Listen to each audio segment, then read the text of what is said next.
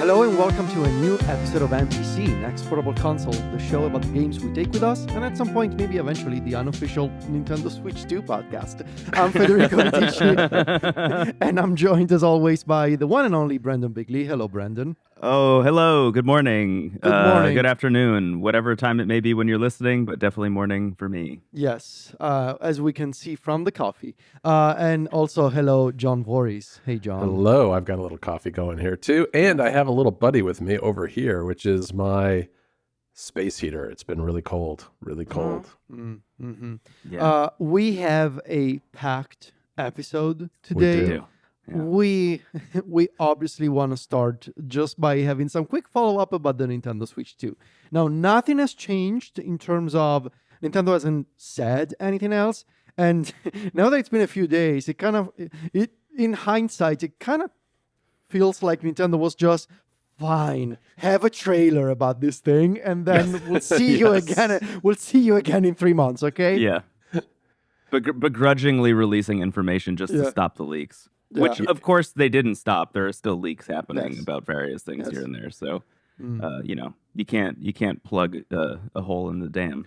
Yeah, I think the only thing that, the one thing since we spoke that I saw was a frame-by-frame analysis of the Joy-Con and the little button on the back that in the video depresses very slightly before it detaches, which I don't think is a shocking or unexpected thing, but that was broken down by, I think, Polygon and maybe a couple other places. It seems a lot like the DualSense controller, where like there's the kind of half press in some games, and then you have to like press a little bit harder to fully press down on it. Yeah. Like that. Yeah.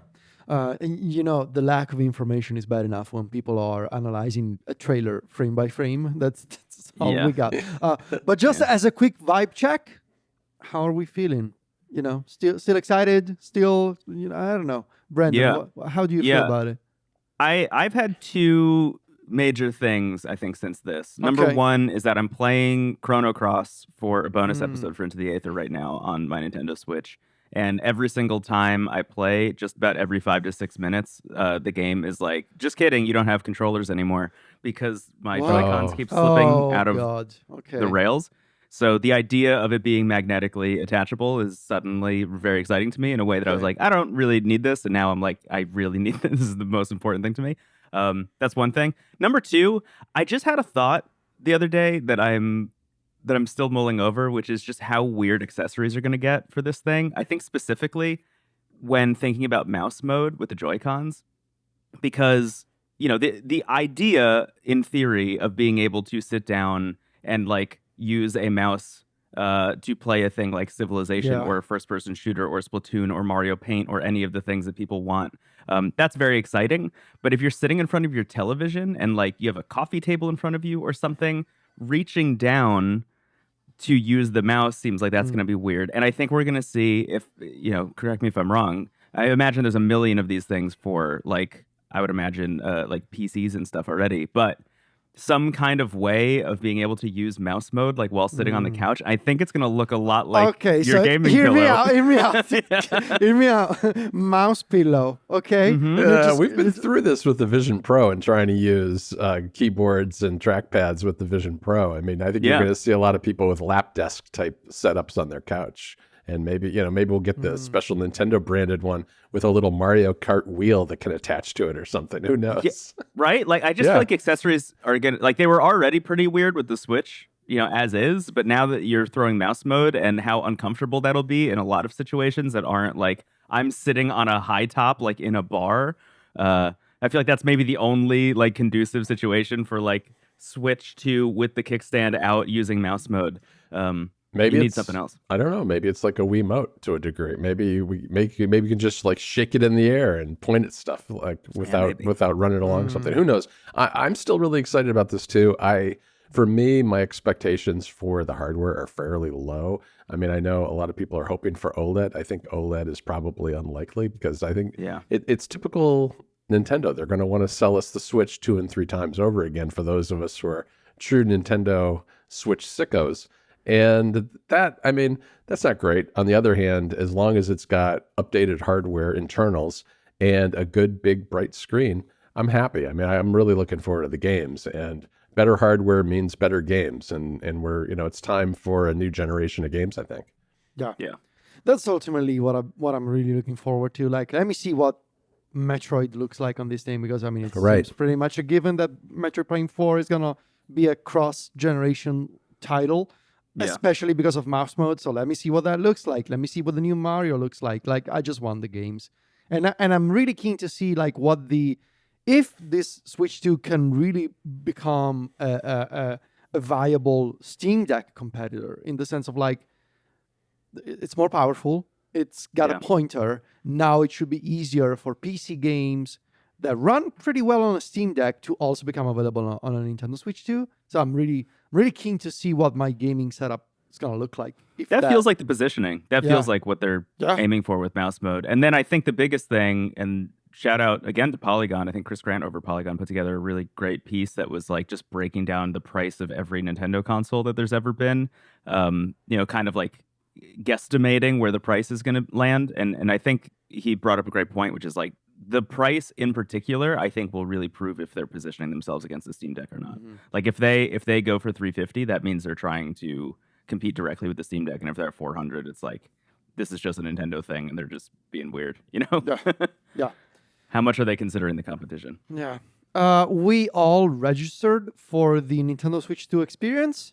Sure I had a fantastic time doing so. On the it was a total ordeal. On the Italian Nintendo website, I just went in, actually 20 minutes after the lottery opened. Oh my God. Went in, logged in. I realized I could add up to 5 guests. So I actually took my time to log back into my Nintendo account, invite Sylvia as a family member. That's nice. Just to make sure that, we could go together if you wanted to.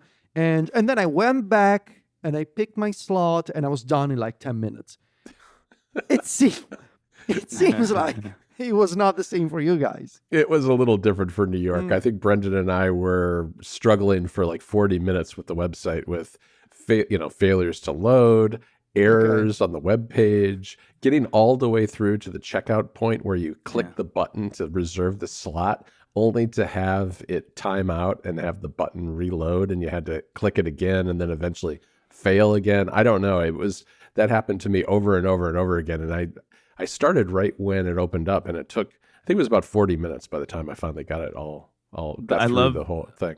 I love that the resolution to this also was you realizing that of one of the many times that it failed, it actually succeeded but didn't tell you. Yes. So then I checked and it turns out the same was true for me. And the question is like, was that the first time that it failed, that it succeeded actually? And I spent the next, 44 minutes just thinking that I wasn't getting into this thing. Yeah, no, I was trying all different time slots on like the Saturday afternoon in New York, and who knows which one of the times I clicked on that particular slot I got it, but I got some time mid-afternoon on Saturday. So I felt my like person who's been to Disney World too many times senses kicking in about like which fast pass do I get when I was looking at the big list of all of the different sessions that they had, because they had 3 sessions a day for 3 days or 4 days or something like that. Yeah. And I was like, okay, which one of these is the one that people won't go for? I wanted Friday definitely, but like which is the one that people won't go for? I want a Friday session B. We'll see.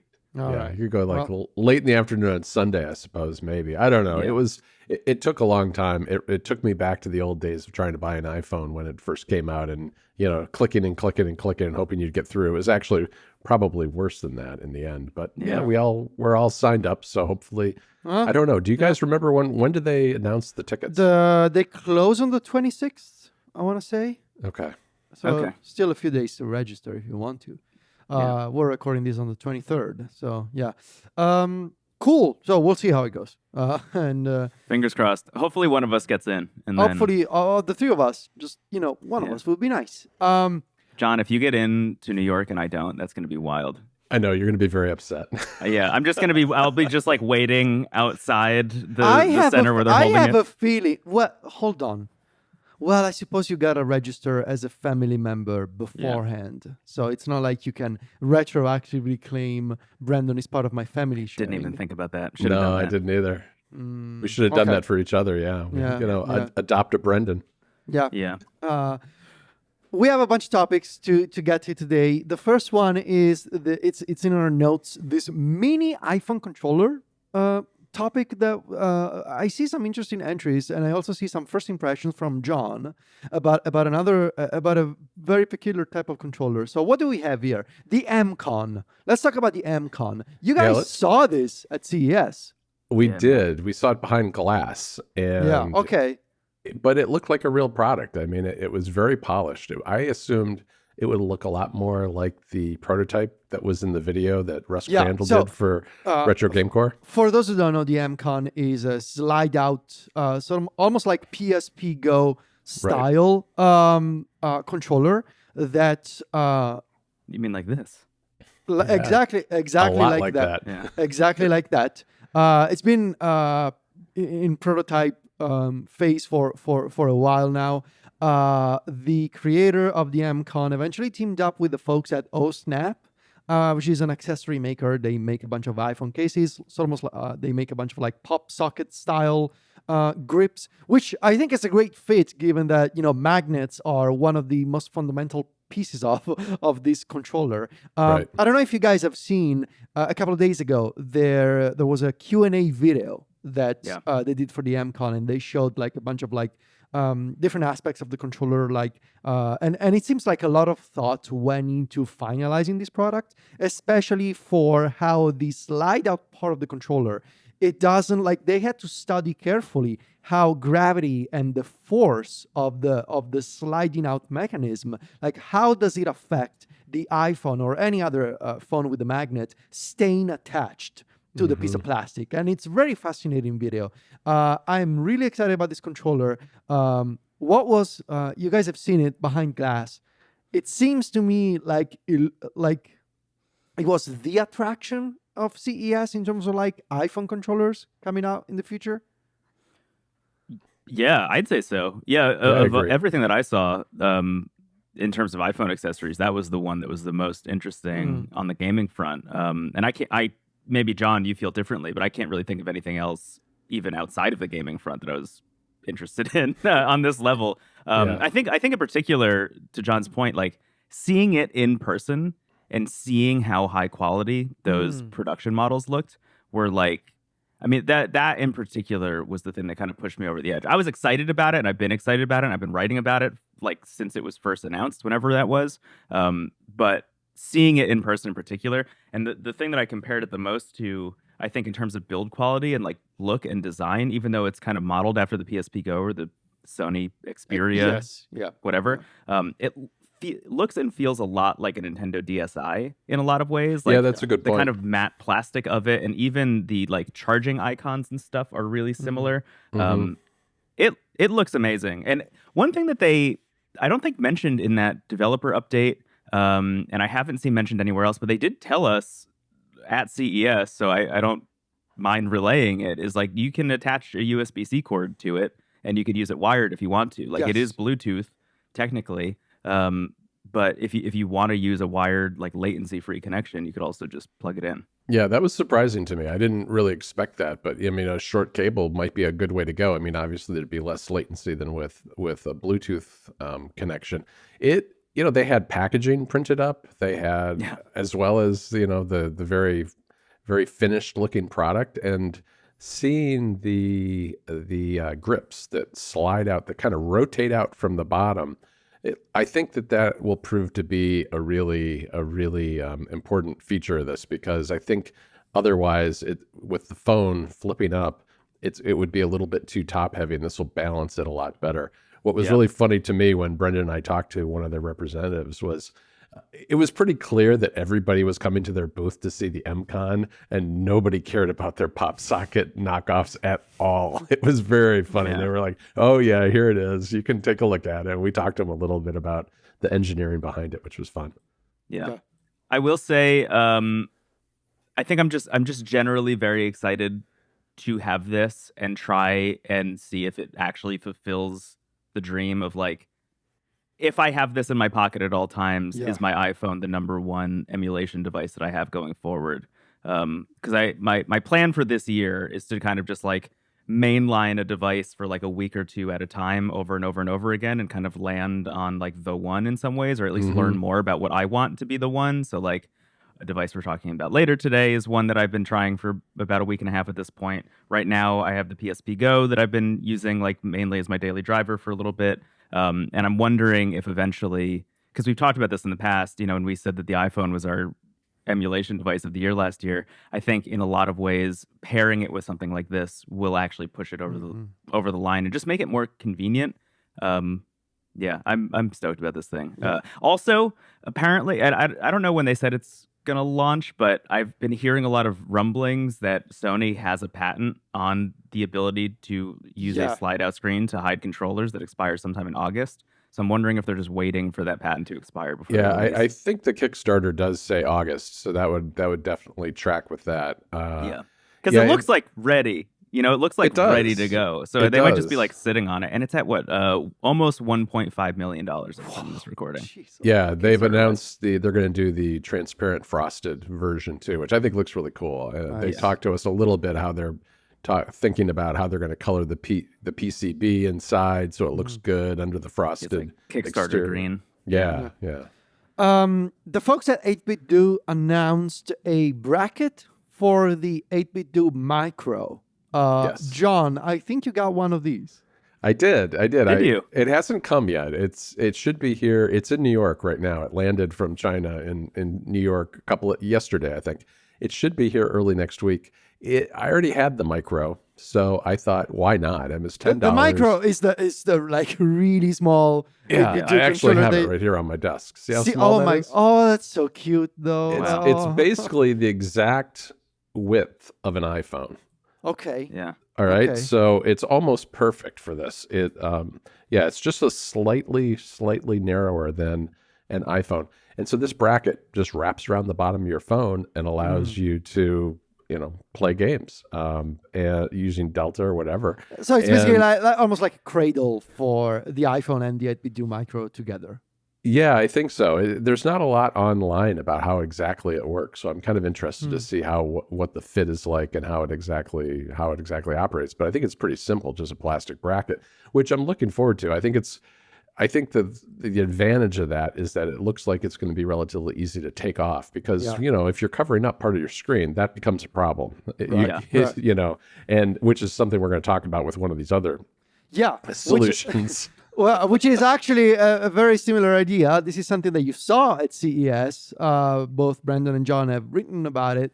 It's the what's it called? The GamSir. It's a concept. I don't think it's got a name. Yeah, no name for it yet. No name. Yeah. So can you describe what it is? Because it kind of looks similar to me. I would love to. Yeah. This I think outside of the MCon was the most exciting thing I saw at CES. We went to GamSir's booth and they were showing us a bunch of upcoming controllers and refreshes of old controllers and stuff. But they just had this prototype sitting on a table, and I was like, I need to know more about this. So we talked to a couple people at GamSir about what it was. It's basically a U-shaped controller that your phone fits into. Okay. And on the so it's front like of it, it's like a sandwich. it's like a phone sandwich. And on the front of it is just, this is my Miyoo Mini Plus, is like just the buttons. Okay. So the D-pad and face buttons and start and select. And also I think there's like a function button and also a Bluetooth button.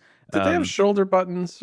I want to Yeah, say and then yes. From on the the back- pictures, it looks like they Yes. do. Yeah. On the back of the U-shaped device are shoulder buttons. So basically, you just slide your phone in. There's like a spring kind of hinge that kind of like closes it and clamps it. And then you're holding your phone kind of like you would a Miyoo Mini Plus or a Trim UI brick or something like that. Honestly, I think the brick is maybe the better example because one of the things I really like about the brick, and I think a thing that we all share Shout about out to the brick. shout out to the brick, is when you're holding it, I think because of this design, because of this kind of like steep angle where the shoulder buttons exist, it makes for a really kind of natural grip. And I think pushing the device down into your palms via the shoulder buttons feels really nice. And the same is actually true of this GamSir thing. Like immediately when I put my phone in it and had it in my hands, I was like, oh, this feels exactly like holding the Trim UI brick. It's just using my phone. Some nice things. So it's Bluetooth, which, that's going to be a plus for some people, a minus for some people. But it's also a battery bank, which is wild. So the back part of it, all right, underneath the shoulder buttons contains a battery, and you can just plug that into your phone and also use it as an external battery to recharge your phone if you want. So multi-purpose controller. I'm stoked about this thing. They said it's going to launch in some kind of crowdfunding campaign relatively soon, and then launch for real sometime in the spring. They were saying like April or May, somewhere in that vicinity. Yeah. But I think this rocks. Like, specifically being, about half the size of the Miyoo Mini Plus, and then also being able to use my phone. I think there are going to be, some drawbacks, obviously, right? So if you want to play anything that uses an analog stick, that's not going to happen just straight up. You're pretty much relegated to only things that need 2 face buttons and a D-pad. But I mean, even if they were able to fit like more buttons on it, like if they could just throw an X and Y on there, I think that would go a really long way. Yeah. No, I was really excited about seeing this too. It was really unexpected, and what we saw was very much a prototype. It was a little fragile. They basically told us, please don't break it when Brendan picked it up, because let me correct myself. It does have X and Y, so we're good. Oh, it does. Okay. Yeah. So it was. Yeah, that was an exciting thing to see. I think that what's similar to the 8-bit dough thing is that it slides on and off easily, which I think is going to be important, because the other device that we saw and that I've been playing with is the Game Baby. Oh, the Game Baby. The Game Baby from Bitmo Lab, which, they'd started taking pre-orders quite a long time ago, many months ago. And we've been talking about this thing forever. Yeah, I have a pre-production unit, and I have a production one coming soon, I think. And it's a bit of a mixed bag. I mean, this is an iPhone case where you can slide off the bottom half, flip it around to the front of your phone. Okay. All right. And then it will use capacitive buttons to interact with one of the Delta skins. And there are a few friction points here. One is getting the case apart isn't easy. It has these little clips on the short rails along the side of your phone that are very tight and hard to get off, and they look very breakable. This, again, is a prototype pre-production unit. I don't know. They may be doing something different with the way it connects, but the reason those are there is because those buttons need to be lined up just right in order for the capacitive stuff to work. The other thing is that once you put this bottom half of the case on the front of your phone, you no longer have access to touching half of your phone, which is problematic, because yes, what you can do is you can open up Delta, get into your game, then put on the bottom half on the front of your phone and play your game. But if you do anything to exit out of that game, even a random swipe as you're trying to fit this case on the front of your phone, now you've got to kind of go back and start all over again, take it apart, get back into your game. That's very fiddly. And we saw actually the guy who was demoing it to us had that exact thing happen to him as he was demoing it to us. The other thing I will say is that these buttons are very mushy and not super accurate. I've seen, especially with the D-pad, I've had, missed presses and things like that playing with it. And it requires, on top of all of that, a Game Baby skin. So they have skins for NES, Game Boy, and Game Boy Advance, I think. And so you have to download their skin, use their skin. You can't use any of the custom skins like the ones we did for Club Mac Stories. Those were for the DS. But, any of those skins that like Sean Fletcher makes or anybody makes, you can't use any of those. You have to use theirs, because not only do you have to have the buttons in the exact right place, the standard buttons, but they also have buttons there for the shoulder buttons and for the menu. It's all crammed into this bottom half of the phone. So it's, I don't know. It's not ideal. I mean, I'm going to hold out some judgment on it because it's pre-production unit, but I think it's a little more fiddly than it needs to be. And I think these other solutions that can be easily taken off the phone will be a lot more interesting. Yeah. It seems like it's instead of providing a solution, it's adding more problems to it's a lot of steps to get it kind of all set up, and then it's even once you get it all set up and correctly set up, the button experience is not particularly good, and you're stuck with a very generic skin too that's not particularly good looking. I gotta say, if we are going for this sort of like style where basically the bottom half of the phone is, there's something on top of it, I think I'm much more fascinated by the GamSir approach, where it's like it's almost like a thinner Game Boy SP, which is actually like a little toaster, and I put my phone Yes.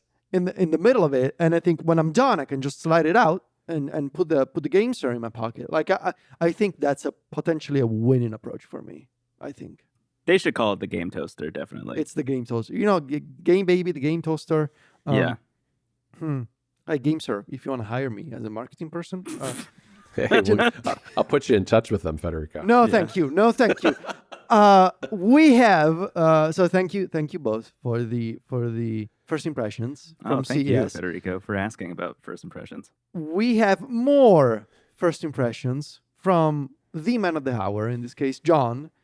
I am so incredibly, in a good way, jealous of you because you have the Odin2 Portal. I do. We are recording on a Thursday. This just came 2 afternoons ago. So I have had this for like 36 hours, and it is absolutely amazing. I'm going to hold it up for the audience on the video to take a look at. Ooh. I got the black one. Okay. Okay. And I spent a lot of time. It's kind of blowing out the screen there. I got to get the brightness down a little bit maybe for the camera, but There it is. Yeah. there it is. Nice.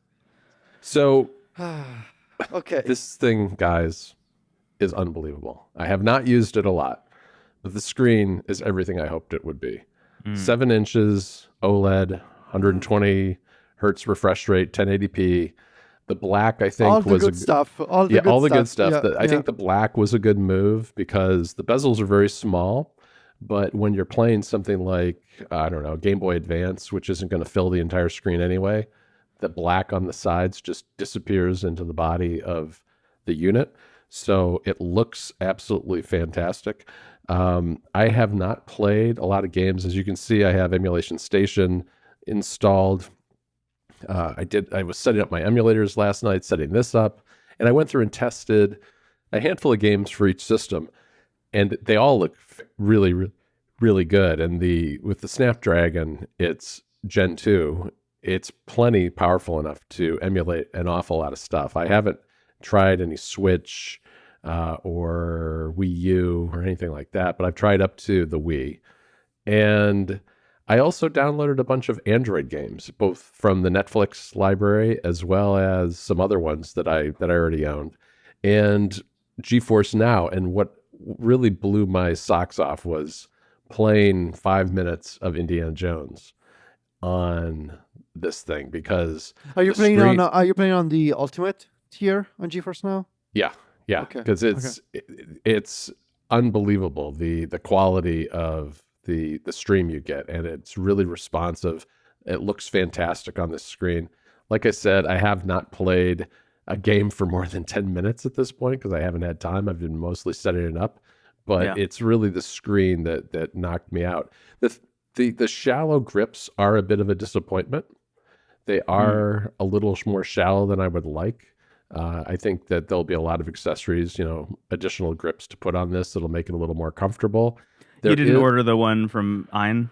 I didn't. TPU grip? I didn't. I thought that they were just going to send those to you, but apparently not, because it wasn't in my box. For free?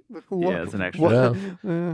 Well, they did include the thumbsticks for free for everybody who backed on Indiegogo, which was nice. Oh, yeah, they did. That was in the box. I think that you'll want to go with the more grippy, textured thumbsticks. I haven't put them on yet, but I was playing some stuff this morning. I thought, oh, yeah, I think I want the more grippy ones. There's also a second set of buttons, A, B, X, and Y buttons, and I don't know why those were in there. I don't think they're any different than the ones that are already on there. Oh, really? Can you tell me how sit higher though? How clicky are they? That is where I was going to get to, Federico. I'm very sad to report for you that last night, after I finished setting up my emulators, it was getting late. Jennifer was already in bed asleep. I thought I'm just gonna play for like 15, 20 minutes with with my headphones on, and within 5 minutes of playing a game. No. She rolled over and said, "That thing's really loud." No. No. No. She was already nightmare. asleep. I woke her up. That is and she's like, heartbreaking. yes. No. And she said, "Please stop." No. Here- Whoa. Oh, Yeah, that is pretty what? loud. It's really loud. Ayn, what have you That's- done? that's Why? See, That's like that's what? SP. Can you do it again, John? Yeah. No way. There's that. Those are the A, B, X, and Y buttons. Yeah. This is the D-pad. Oh no! Wow. Triggers quiet. What? Triggers are quiet. Okay. Why though? Mostly. Like the Odin2 is not like that. Yeah, the Odin 2 No. is not like that, or the Mini even. Yeah, that's what very have interesting. what have they done? Why? I don't know. It's just like plastic on plastic sounding. Yeah. Jesus, no. That's It's Yeah, very I loud. wonder if that will go away the more you use it. Like, I wonder if Maybe it'll Or get broken in or somebody anything. will come up with like some kind of mod. some Yeah. kind of mod, some kind of membrane that you can put on And the maybe buttons. that's what those other buttons are for that are in the bag. I haven't had a chance to even look at them and compare them side by side with the ones. I mean, they look on the surface like the ones that were pre-installed, but they may have a different backing or something. I don't know. Okay, so Yeah. the downside is the clickiness. That's the big one. The biggest downside is the clackiness. The medium downside is the shallow grips, but the screen is by far the best screen I've ever used on a device, a handheld device. It gets really That's high bright praise. too. Yeah, It that's gets up to- exciting. it gets up to 800 nits, according to their website. I mean, it gets really, really bright, as you could tell when I was blowing out the screen, holding this up. I mean, it really, really gets super bright. This is like, I don't know, a third brightness right there. Yeah, So that's wild.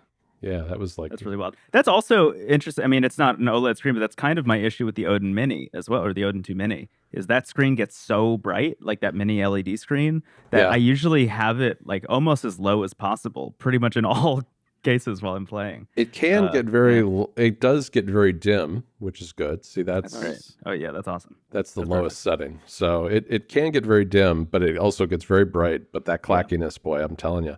I actually do That's- find that dimness is more important to me at this point than brightness is in some ways. Yes. Yeah, I hear you. Definitely. Yeah. Well, I'm still looking forward to it, and I'm sure somebody will come out with a mod. Like that is way too loud. Somebody will, I'm sure. Yeah, I Federico think that, and I both got the white one, so we're gonna be waiting for a long time. It seems like to get ours. Mine is Live in China, I think. Oh, That- really? Yours? Yeah. I haven't even gotten an update on mine. did you get the Pro or the Max? Well, no, it says the Max. Shipment arrived at facility and measured. So they measured my box in China. You know, That's great. There are so many steps when something thanks comes directly from thanks China. for doing that. So we'll report back once we have all of our portals. Yeah, I got the Pro. I got the Pro model, by the way. So it Okay, doesn't yeah, have that quite was as much faster- storage or RAM. faster to It's got ship, yeah. 12 gigabytes of RAM, I think, and 512 storage. I will say to anyone who is considering any of the Odin 2 family, I would really recommend not getting the base model and going with Pro. I agree. Just that little bit of extra cost and extra Yes. power goes a really, really, really long way when you're emulating stuff. Yeah. Having used both, it's kind of a night and day thing. The Pro tier is the best balance, I think, Yeah. between Yeah, I price think and it really performance. is. Yeah, you want to get the Pro. I will tell you guys, I think that this device for me, I'm definitely going to be emulating things on it a lot, but I'm going to use it a lot for streaming between GeForce Now and local streaming. I have not tried local streaming from my Xbox or PS5 yet, but I'm assuming it'll be just as good as, the old Odin. And a handful of Android games, because why not? It's just so well tuned for modern games that it would be a shame not to be either streaming or playing those Android games on here too. Yeah, that's why I got it specifically, was for streaming. That's Yeah. really going to be Same, the main same. reason for Yeah. it. Like maybe I'll throw emulators on it, but I have so many other devices for that. I don't know if I need it, Exactly. You haven't played a Game Boy Advance game until you've played it on a 7-inch screen. Why not? Why not? Advance Wars 2. I opened that up and I Everybody's was like, saying that. wow, this is huge. Add John to the choir of people. Yeah. Yes. Brandon, you published a review, a video on wavelengths about the device I think the three amongst the three of us have been looking forward to the most. It's the Miyoo Flip. Now, Miyoo Flip. I would recommend people go read or watch or listen. I actually listened to your video review, and then I also watched it again because I wanted to see. Wow, thank you. Wow, he's a big fan. He's a big Juice fan. in the analytics, baby. You have those funny moments in your videos that I really like, especially when you say something, you turn the video black and white. That's one of the funny. Bits I'm glad you like that bit. I appreciate those bits. Yes. Anyway. We could start doing that in this show. John, just make me black and white every time I take us on a tangent. Yeah, here we go. Just make Brandon like black this and white. one? Yeah, like this. Yeah, like this one. The black and white tangent. Yeah. So I wanted to ask you. Yeah. Do you think that right now the Miyoo Flip is replacing the SP for you? That's kind of one of the reasons I wanted to make a video about it, because it was going to be hard to articulate in writing in some ways, and I just needed to kind of like vent into a camera. The short answer for me is yes, and that's mainly because I already own it. Like, if I was a person who was interested in buying a Miyoo Flip, I think the answer would be no. Like, especially if you have an SP already, there's no reason to upgrade to the Miyoo Flip right now. But because I bought one for the purposes of this show and reviewing it on wavelengths, I think it's the better device for me right now, mainly because of all of the things that we've been talking about since the SP came out, which is like, I like the SP a lot, but it feels chunky and it feels dense, and when it's in my pocket, I always notice it's there, and that's just annoying. Like, if I'm being totally honest, like I just find that annoying. So my thought was always, if they can get the size down at all for the Miyoo Flip and bring it closer to the original Game Boy Advance SP, that'll probably feel a lot better to me. And the truth of the matter is that it does. It feels a lot more premium, I think, in terms of build quality. The big trade-off and the big, discussion point of that review, though, is like, the software is not good. Like, the stock software that comes with it is not good. The options that are out there right now have myriad pros and cons. And we're just kind of like sitting and waiting for a bunch of community developers to maybe make custom firmware for it that improves the device. And that's not a given. Like, it's exciting that those developers, like the ones behind Spruce and Onion OS and Moo OS, all have the Miyoo Flip and are like exploring that option. But it's not a given that they'll release it, right? Like, the Onion team had the A30 and they don't have Onion on the A30 because they didn't want to do it. And that's like their prerogative. It's totally cool. It's their free work that they're giving back to the community. That makes stuff like that possible. And the onus is not on Onion to make the A30 worth buying. The onus is on Miyoo to make the A30 worth buying. And similarly, it's the exact same story with the Flip, I think, at the end of the day. What comes out of the box on here is not capable of doing the things that I kind of want it to be doing. Specifically, the thing that I always talk about is like, I just want to be playing DS games with a single screen, always. I have a lot of Dragon Quest games to get through, and this thing is not very capable of playing DS at high speeds or in a way that feels like as good as the SP even. That said, it is just a more comfortable device to play and use, and I like the controls better. Ergonomically, I think it feels better for me. I think that'll, that your mileage may vary depending on who you are.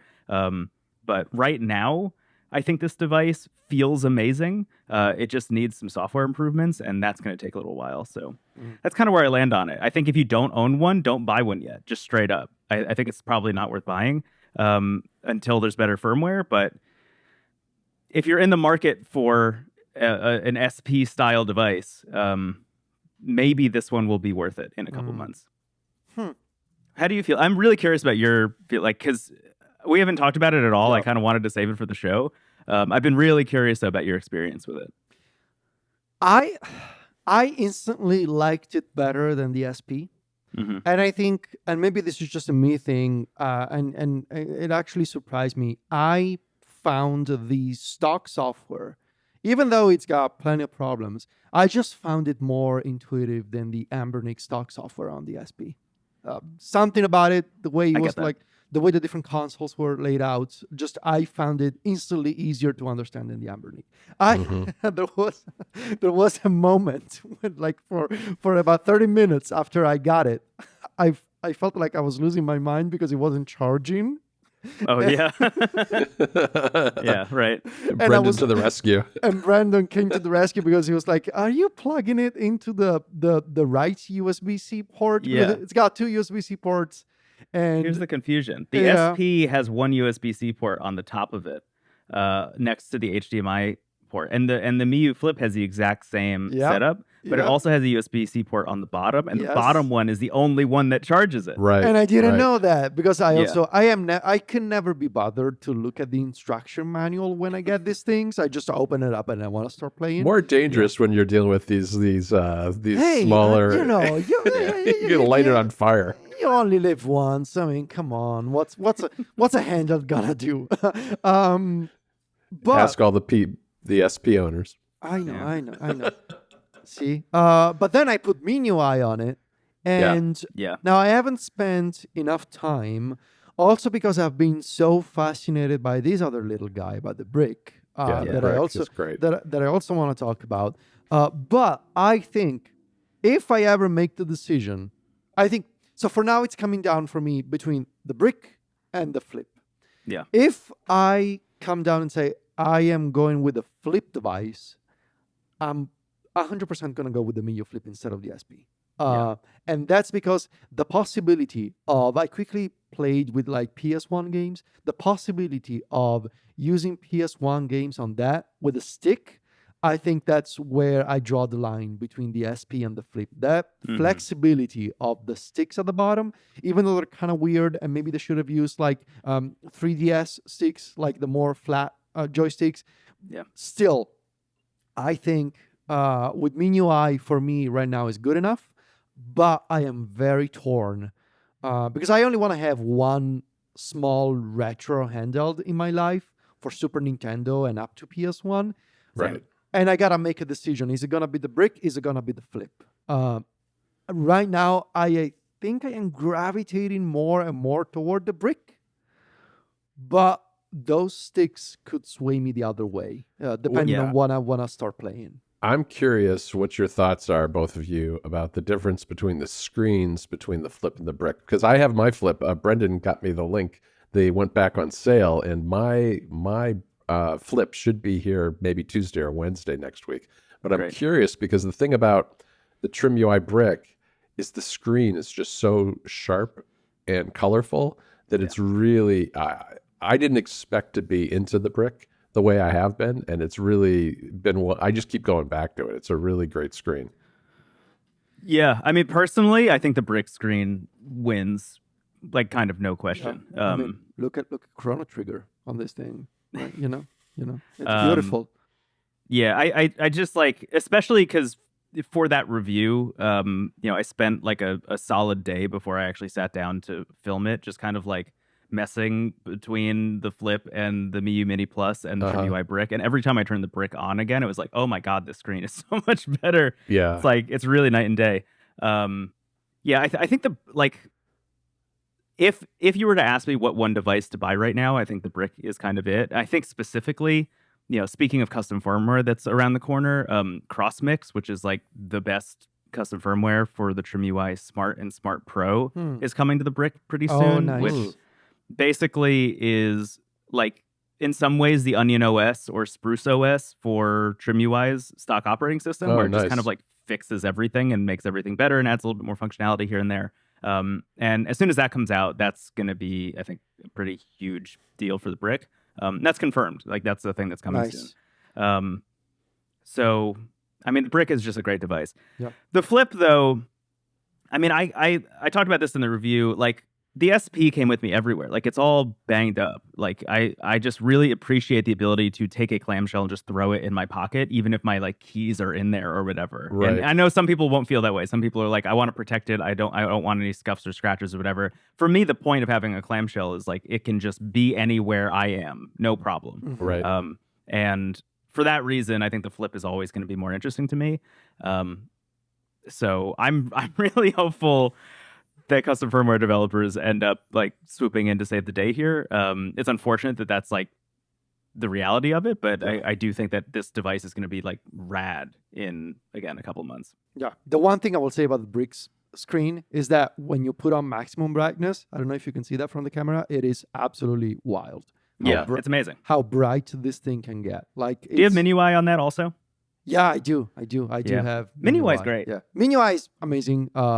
And I discovered that it was actually created by Sean Inman, and Mac Stories and Sean go way back. Really, is that true? Way back. Oh yeah, way back. Sean used to work on 2 products way back in the day, like more than 10 years ago. Fever, like a self-hosted RSS service that you could install on your own server, and also Mint Analytics, which is what Mac Stories used to use. Because we've always been kind of resistant to use Google Analytics, so we used to also self-host Mint, and then Sean created a game, if I'm not mistaken.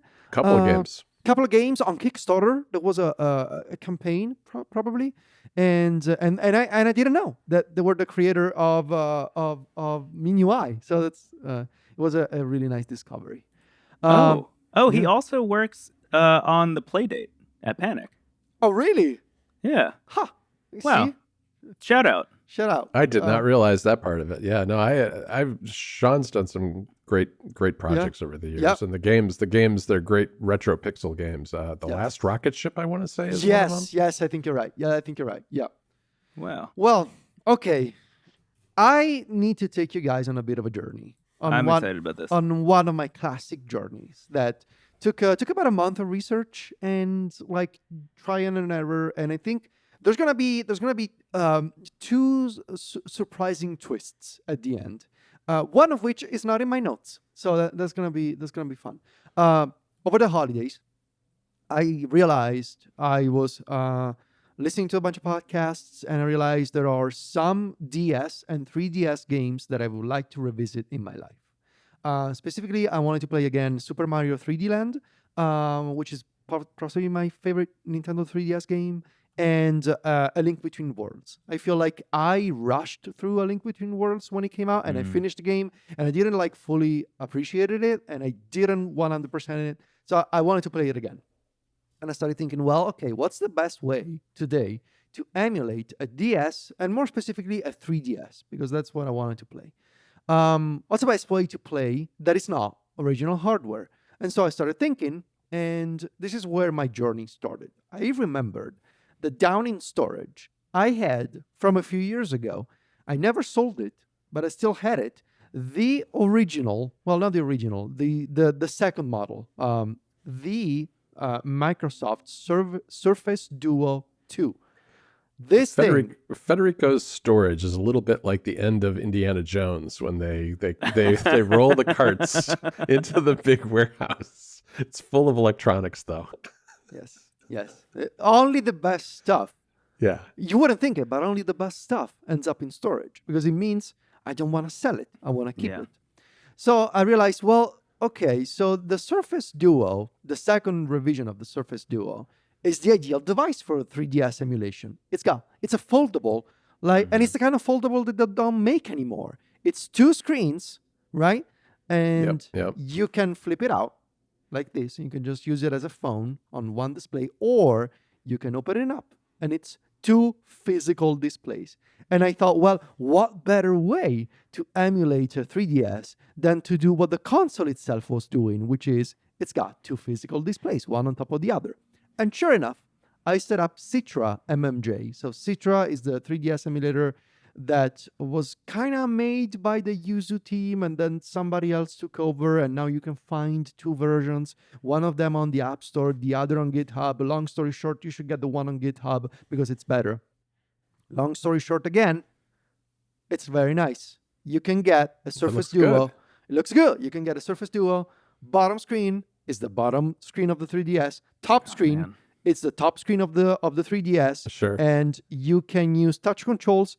You can actually tap on the screen. You can use the virtual controls, or of course you can attach a controller to this thing. But even just holding the Duo, like it does feel like you're using a DS, right? It's similar in size to maybe a 3DS XL, right?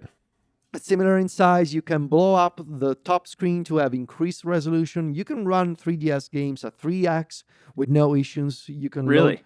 Yeah, Yeah, I was curious about the power here. Yeah. Yeah. I'm running 3x now.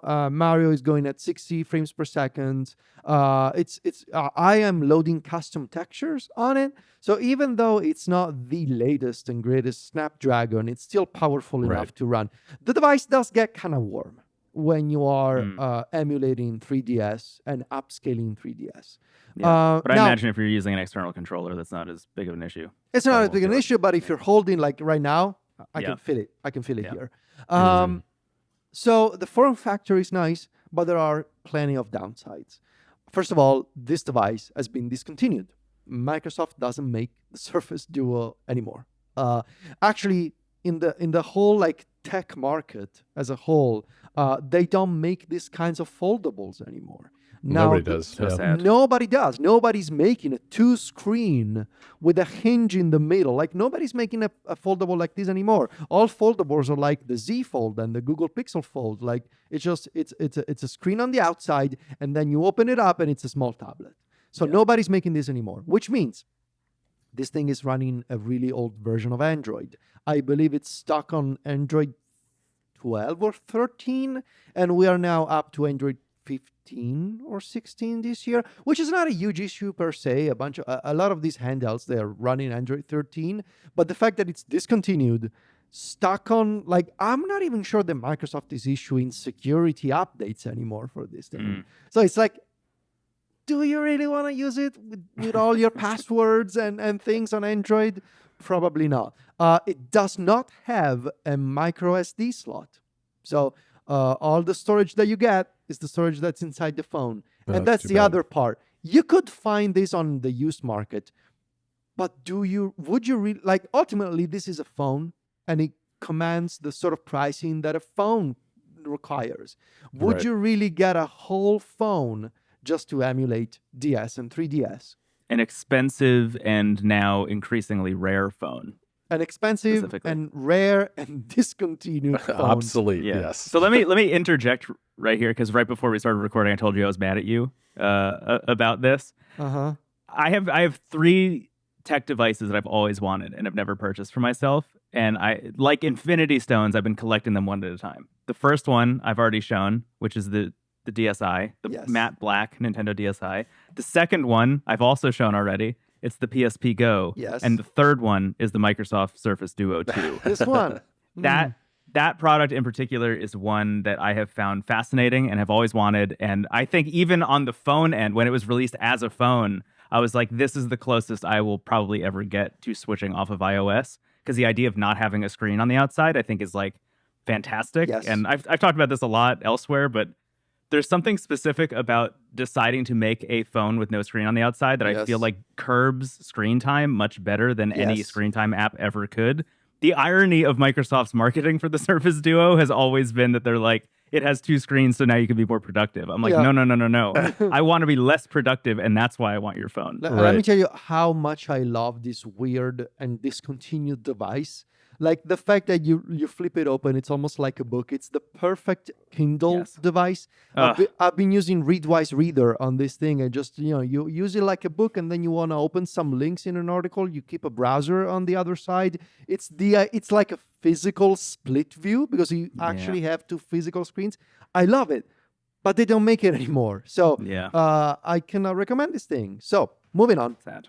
So I was like, okay, this is impressive. There goes my dream. Okay, what's next? This is impressive. Obviously. Killing poor Brendan's dreams right here live on the show. I am sorry, Brendan. But moving on, I thought, well, let's go with the obvious route. Let's go with the good old trusted Steam Deck, right? Yeah, but so what can I say? I mean, you can install Citra on a Steam Deck. It's going to run everything. You're going to install it in desktop mode, in the Linux environment. You're going to put all your... I am running Dropbox in desktop mode so that I can actually directly sync all of my games. You can load custom textures. You can upscale 2x, 3x, kind of like the Surface Duo, no problem. But the issue is, with a Steam Deck, you have a horizontal form factor. And that gets kind of weird when you want to play 2-screen games on a DS or 3DS, because you're going to end up with you're going to have to make the top screen bigger on one side of the Steam Deck and you're going to have to make the secondary screen a little bit smaller in a corner. That is, unless you want to play with one screen at a time and you want to have a hotkey to quickly preview what's going on the second screen. But I wanted to properly replicate the 3DS experience. I didn't want to have two games on one screen at a time. I wanted to have two screens. So I thought, wouldn't it be nice if I could add a second display to the Steam Deck? Now, I don't have it right here, but this was my idea. There's going to be a link in the show notes. Yeah. There's this very portable 7-inch display. It kind of looks like a phone. It's actually an external display. It's called the Wise Coco 7-inch 1080p external display. Okay. It looks like a phone. Yeah. But it's like 7 inches, and it's powered via USB-C. This is an external display that is about this big that you can power via USB-C. And it connects with your brackets. You probably hold on. I have the mechanism, like the deck link mounting, that, for example, right now I am using to attach a kickstand to the Steam Deck. Yeah. I thought I am gonna get the phone mount that Mechanism makes. Mechanism, the makers of the gaming pillow, as we know. Who can forget? I am gonna get the phone mount, which is a bracket that you can sort of attach here, and it's got like a suction cup almost. Like people use it for like chat apps and stuff. Yeah, a lot. I'm gonna attach this bracket here, and I'm gonna mount the display either here at the top or at the bottom of the Steam Deck. So I'm gonna play with the Steam Deck that has a display floating above it or below it. Okay. That was my idea. And it works, but only in desktop mode. Because unfortunately, so Citra on the Steam Deck, it's got a setting to say separate the two screens out to the external displays. So you can keep one virtual 3DS screen on one display and another 3DS screen on an external monitor. And that's perfect because you can keep, say, the top screen on the Steam Deck and the bottom screen on the attached external monitor. It works, but it doesn't work in gaming mode because the Steam Deck and SteamOS are still limited by the fact that if you are in gaming mode and you attach an external display, the internal screen of the Steam Deck shuts off. Mm-hmm. Yeah. So that's one of the, has always been the case with SteamOS in gaming mode. It doesn't support like concurrent displays. One of them, if the Steam Deck is in gaming mode and it detects that you have an external display attached, the internal screen just is like, bye-bye, I cannot be used right now. How were the ergonomics of that? I mean, I got to think it was good. It was good. Really? Like, it was good because the display is lightweight enough. Okay. The Steam Deck, imagine it's really just the Steam Deck, right? It's the Steam Deck. It's just the Steam Deck. It's balancing everything, so you're really putting the pressure here, like where you're gripping the console, so you're not really feeling it. And setting it up was like the arguably I think the easiest experience. You get EmuDeck going on the Steam Deck, and then you can use Emulation Station. And if you're putting all your games on an external SD card, for example, like it's so easy. You're getting all your games together. EmuDeck is taking care of the updates, and Emulation Station is giving you a front end. So it was very nice, but I needed to have two screens at the same time, and I was not satisfied with the Steam Deck either. So I kept thinking, and the journey continues. I realized, well, let's think about this more deeply. The DS and the 3DS were vertically oriented consoles, right? You have one display stacked on top of the other one. Right. Exactly. So shout out to the DSi, one of the greatest of all time. It's a vertically oriented console. What is a vertically oriented console? What is a vertically oriented device these days? Well, that's a tablet, right? A tablet, you can rotate it. It can be horizontal, but it can also be in portrait. And this is where I realized maybe the best handheld for emulating with great performance a 3DS is an Android tablet. So this is where I am right now. My favorite device to emulate 3DS. Where I'm actually playing a lot of... I'm almost done with Super Mario 3D Land. Oh, My nice. favorite device is the Legion Tab 1 Y700. Here it is. This is my Citrus setup. And I don't know, let's see, A Link Between Worlds. This is what I would recommend. So the Y700 that I think I mentioned in the previous episode is going to be known as the Legion Tab in other markets. This is an incredibly powerful Android tablet that has a Snapdragon 8 Gen 3 inside, and it allows me to run 3DS games at 4x the resolution with 4K textures, and it simply doesn't care. It doesn't get warm. It doesn't drop a single frame. It's absolutely perfect. Man. And what I love about this is that, see, this is Zelda with two screens. So you are stacking two virtual screens on top of the other. I am using, so I could choose. I could just use the tablet itself in touch mode, and I could put some virtual controls down here. Or I'm using the GamSir G8 Plus. This is a telescopic Bluetooth controller that allows me to quickly put the tablet in the middle, and I can emulate as many games as I want with 4 times the resolution, 4K textures, and the Snapdragon inside. I don't even have to set it to performance mode. I can stay in balance mode. The battery lasts forever, and it's wild. What I also love about this is that you have multiple USB-C ports. So when I'm using this device, I can choose to have I have a USB-C port at the bottom, and I have one on the side. So I forgot that I had one on the side. It's wild. If I want to use USB-C earbuds, I can do that. If I want to charge it when I play it, I can do that. I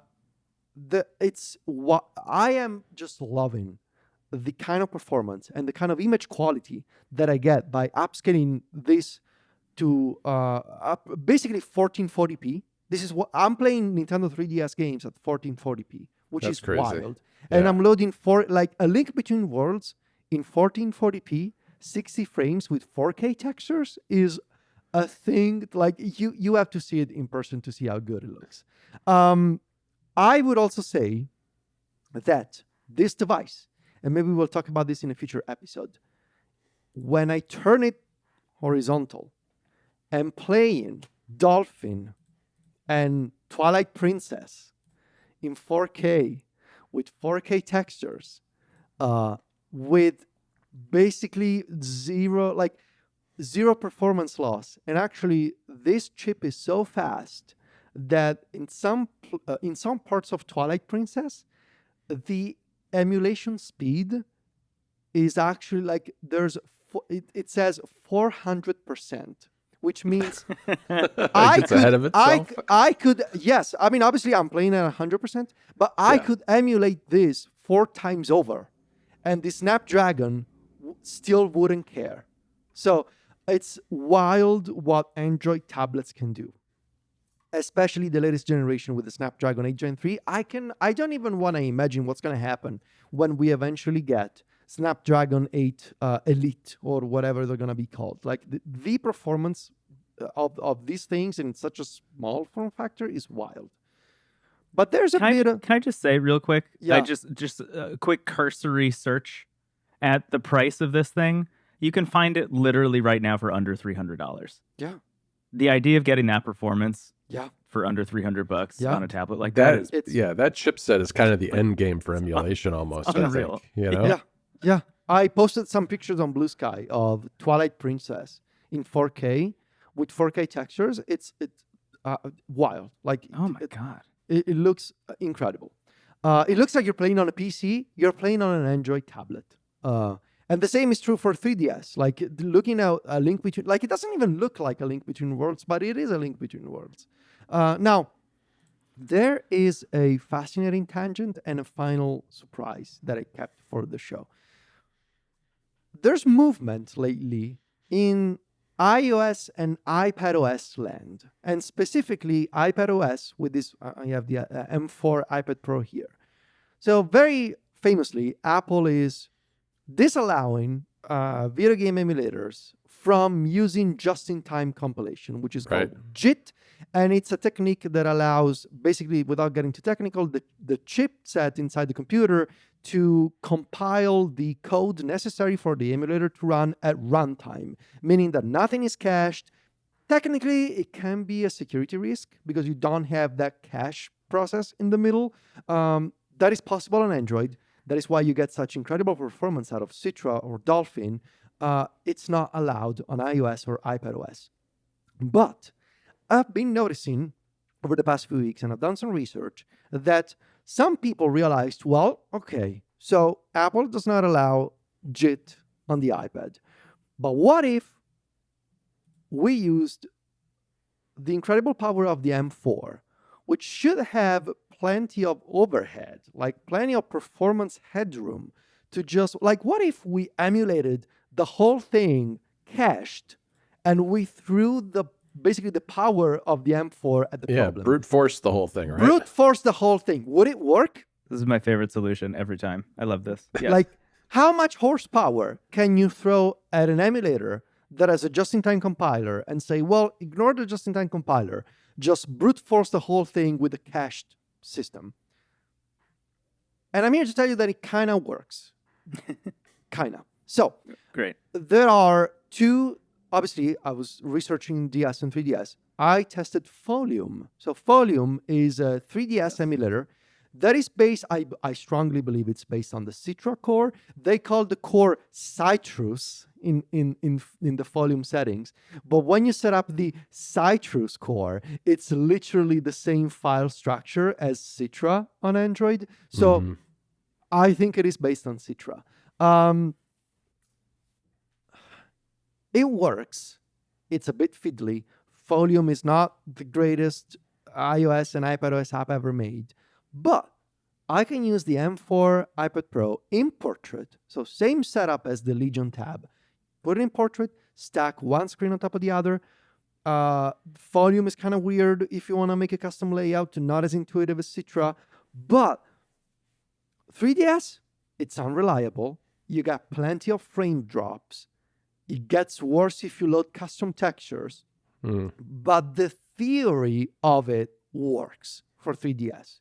Without JIT, you can have, especially if you don't upscale and you don't use custom textures and you're not trying to play one of those like difficult to emulate games, like I'm pretty sure the Kid Icarus weren't playing on that thing, but the power of the M4 gets you by with 3DS emulation. And that is without any enhancements, without any hacks, without custom textures. Right. Just straight up running it, right? Straight up just brute forcing the thing and say, okay, uncached, no JIT, do it. It kind of does it. That's interesting because I would think that maybe one generation M series chip from now and some optimizations that are geared specifically to iOS, we could really see this take off. So I was going to get to that. So it gets much worse if you try. So obviously I tested 3DS on the iPad and I was like, well, okay, sure, I could do it. But honestly, I'm getting such a much better experience on the Legion tab. Playing with that graphical quality, with that performance, like, why would I give it up? So I'm glad I did it because on paper, you can do it. And I would say if you have an M4 iPad Pro, especially like, and what's funny is that only the high-end versions of the M4 that have like, two extra CPU cores, because the GPU is not involved here, right? Emulators, it's all falling on the CPU. So it's not just like even say, the M4. No, the high-end version of the M4 can probably do it. But for 3DS, I was like, I just prefer doing it on the Legion tab. So conclusion of the main topic, the perfect 3DS device for me right now, the Legion tab. That's and the iPad Pro is a much more expensive device. You wouldn't want to go out and spend the one you're talking about is that you're spending over $1,000 to play 3DS games when the Legion tab is hundreds. But going forward, quick parenthesis, this no JIT approach, the Dolphin emulator, there's a fork of it called Dolphin iOS that is sort of based on the main code of Dolphin for Android and desktop, but it's made by a smaller team. They recently, apparently, also heard of this idea of like, well, the M4 can probably emulate games without JIT. So they put out a beta that specifically has a setting called no JIT. And they advertise heavily that you shouldn't do it because you're going to run into performance issues. But some users with the high-end version of the M4 can probably play around with it. I installed the Dolphin iOS using AltStore Classic, so the classic method that involves a computer. And it was very unreliable, but you can see a small faint light at the end of a very long tunnel, basically. You can see. So first of all, I saw a person on Reddit. This person keeps posting these videos of a very stable Dolphin iOS no JIT setup on an M4 iPad Pro that I just cannot replicate myself. I don't know how this person is getting Tony Hawk, Zelda Twilight Princess, Metroid Prime to run as reliably as they do in those videos. If you're watching this or listening to this, please let me know, because I think I copied your settings, but I must have done something wrong because I'm not getting that performance out of it. And I think I have the same iPad Pro. It was very unreliable. Zelda Twilight Princess would, for example, when you get to Ordon Village, like the first village, the Link hometown, it drops to 15 to 16 frames consistently. Brutal. Other areas you can play at 30, and it does a decent job at keeping up at 30. Wind Waker, you cannot go above 15 FPS. Oh boy. Paper Mario, you can play at 25, 26-ish FPS. It's impressive because you're not using JIT. Every call to the emulator is cached in the CPU. I think this is an area where if Apple doesn't change its mind, it's very possible that in June, Apple is going to come up and say, everybody, we now offer a native JIT entitlement. If you have an emulator and you want to use JIT, there's going to be this procedure, blah, blah, blah, you can use JIT. If they do that, great, which means we're going to have Dolphin, we're going to have 3DS with full performance. If they don't, I would keep an eye on what's going to happen with the M5 iPad Pro, either later this year or maybe next year. Because what I have noticed is that on Dolphin, which is arguably the most difficult emulator to set up, you can consistently see the M4 with no JIT top out at 60% performance. If we can get to 80 to 90% and have basically a stable 30 FPS with the occasional drop below 30, I think that becomes a lot more interesting to say, well, you can use Dolphin on an iPad, you're going to get the occasional drop, but now 60% performance is not good enough. Is it? Does your iPad get hot, Federico? I assume it does. It does get warm. It does get warm because you're basically running. You're getting 60% the performance of a GameCube. And but that's the CPU is going all out, and that's by running the CPU all out at 100%. Yeah. Oh man. Right. So that feels like a pretty easy way to kill your iPad. Much faster than through normal use. Oh yeah. 100%, absolutely. Yeah. Anyway, to sum up this segment and this journey, I'm using the Y700, and I really cannot recommend this device enough for streaming, for 3DS, for DS, for Dolphin. It's incredible. You're gonna make me spend money. I can feel it coming. I would honestly recommend. I'm using the Chinese version, which I think you can get for cheaper. It requires a bit more setup up front. Yeah. Because you gotta delete all of the Chinese stuff, and but it's doable. But as a final treat for myself, I thought, well, I'm in my 3DS era, and I kind of want to play around with a flavor of the 3DS that I never had. I never got it, and I got it a few days ago. I haven't used it, but I just wanted to say that, boy, is this thing weird. Oh, I have one of those. Dude. Oh, this man. is so weird. Like, this is, what's the 2DS? The 2DS. This whole episode is about toast. The I love this. Nintendo 2DS. This I never had it. I never had the 2DS, Yeah. and I thought I kind of want to check it out. I got one of those for one of my kids at one point, and I still have it. I This don't is use it the- much. Supposedly, this is the indestructible, kid-friendly flavor Yes. of the Yes. 3DS, which doesn't have 3D and has two screens on top of each other. Weird stick here, weird Yeah. form factor. It's weird. I Surprisingly think it's one comfortable. screen separated by a piece of It is. plastic. Yeah. Incredible. That's my big theory about like I think that the two next frontiers for retro emulation handhelds are going to be making something that's as close to the PSP as possible. If I were to call my shot, I'd say we'll see something like that this year. My other called shot, I think, is that the first developer or the first manufacturer to try and make like a Nintendo DS handheld will do it exactly that way. It'll just be a 16:9 screen with a piece of plastic in between it, and they'll find some kind of software hack to have the two screens. I think the Nintendo 2DS is like one of the most incredible things Nintendo's ever made. It is extremely comfortable to hold, which is weird, as you said. It just looks so weird. It looks like unbelievably stupid, It but does. it's a It really brilliant does. device. It It's really a brilliant does. device. It really does. So I got it new, sealed in box. Really? Oh, nice. For less than €100 How? on eBay. It was left in a warehouse from an old video game store. The Yeah? guy said on the That auction. rocks. It's incredible. Like it was brand new. I think I'm gonna mod this like I Yeah, did you for should. my 3DS and just put my entire library on an SD card or something. And Yeah, just that's great.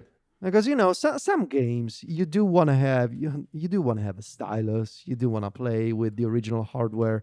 But that being said, I'm almost done with Super Mario 3D Land on the Legion tab. I played a good chunk of A Link Between Worlds. What an incredible game still. And It's an all-timer. Yeah. it's an all-timer. And next for me is finally, I think, starting Dragon Quest 8, which I Oh, never nice. played. Never played Dragon Quest 8 before. I think I'm going with the 3DS version, upscaled with better textures. And I saw there's a mod to bring the orchestrated soundtrack from the PS2 on the 3DS. You got it. You got it. Absolutely nailed it. That's exactly what you should be doing. So Yes. that's what I'm doing. Yeah. Yeah. Awesome. So- Great. Awesome. I have so many thoughts about this. We've run so long. I'll sum them all up in a very, very concise package, which is I think if Apple ever enables JIT for iOS and iPad OS, I think that the iPad Pro that I Mhm. have right now will be like my go-to Yeah. GameCube device. Yeah. Definitely. Like GameCube on that screen in particular, even with yeah. like the aspect ratio of the iPad and everything.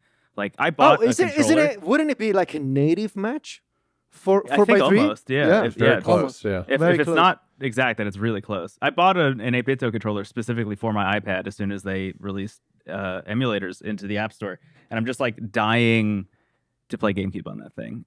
So hopefully one day, yeah, I'm excited know. for you with the 3DS though. I want to see like with this no JIT approach.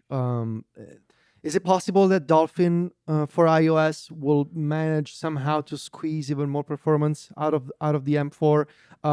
Is it possible that there's a way to maximize the performance of the M4 by doing something else that I haven't done? Like for example, on the Legion tab, very clearly there's an overlay that you can invoke, and Lenovo lets you say, well, how do you want to run the CPU? Do you want to be in silent mode, balance mode, or just going all out performance mode? You cannot do the same on iPad OS. You can go into low power mode, Yeah. but and that's, I should have mentioned, this performance, the 60% emulation speed, that's with Dolphin for iOS taking advantage of the new feature that I think is new this year, John, game mode. Right. That's that they are using game mode. So they're saying, I'm a video game, I need as many resources as possible. And still, without JIT, it can now go past 60%. Federico, you should try your cooling puck. Don't you have one of those cooling pucks for games on Ooh, the tablet? okay, might that is help. that is the one thing I have not tested. That's one thing you could probably do, because the iPad obviously doesn't have a fan, and that might actually cool your CPU enough that you won't get throttled on some of those more taxing scenes. Interesting. Or maybe I should just get an ice pack and put it put it behind the iPad. Just put it in the cooler on a bed of ice. Just stand in front of your freezer. What are you doing? You're checking. Are you checking if you have frozen peas? No, I'm playing Twilight Princess. That's what I'm doing. Yes, iPad on a bag of frozen peas. That's the solution. Yeah, you could be warming up dinner and cooling your iPad at the same time. Productivity. That's what they call productivity, right? Multitasking. Yeah. Oh, do I need 2 screens on my phone? No, I just need peas, a rubber band, and my iPad. There you go. Oh boy. No, that's a good way to end the show. We somehow managed to talk about all the things we wanted to talk about in this episode. It's a lot. This is the first time we haven't skipped many items in our rundown. We did it. We have so much more. We should be talking more about the Trim UI brick. We are the equivalent of the M4. Even though we didn't skip anything, we still have so much that we're overclocked today, guys. Yeah. Overclocked. Yeah. Just saying. All right, everybody. Thanks again for listening to NPC Next Portable Console. If you haven't watched us on video yet, go over to the YouTube channel and subscribe. It's a great way to see the show because you can see some of the devices we talked about that we held up, and Brendan does funny things with his hands during the show. Brendan has a bunch of PSPs. That's the thing. Brendan has 2 things on his desk. He does. Flip devices and a weird large collection of PSPs. Yes. Oh my gosh. There's more. I don't have enough hands for everything. I've only got two handheld consoles and 2 controllers on my desk today, so that's I'm not holding up my end of the bargain. I have not cleaned up from my Miyoo Flip review. Is really what it comes down to. The problem here. Yeah. No, I get it. Well, you can find Brendan over at wavelengths.online. He also is on Into the Aether, another podcast, which is a fantastic one you should check out. Federico and I, we are at macstories.net and Club Mac Stories, and we have a bunch of other podcasts, including App Stories and Mac Stories Unwind, and the 3 of us are often seen on social media. It's easy to find us. Just search for our names. You'll find us. It's not that hard. All right, guys. Until next time, talk to you later. Bye-bye. Bye-bye. Bye-bye.